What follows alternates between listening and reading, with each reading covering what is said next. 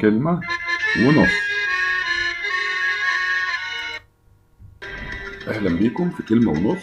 أمجد سعد. الناس قالت البعد بيسبب الجفا. مش البعد بس اللي بيسبب القسوة،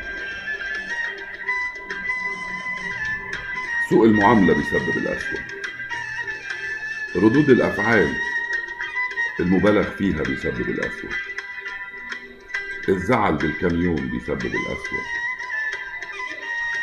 تكرار المواقف اللي بتغزل فيها حبيبك بيسبب القسوة، الزعل والعصبية اللي ما فيش بعديها معلش بتسبب القسوة، الكلام اللي بيجرح ويوجع ويهين بيسبب القسوة. لو تقدر تسعد حد حتى لو بكلمة ما تستخسرهاش.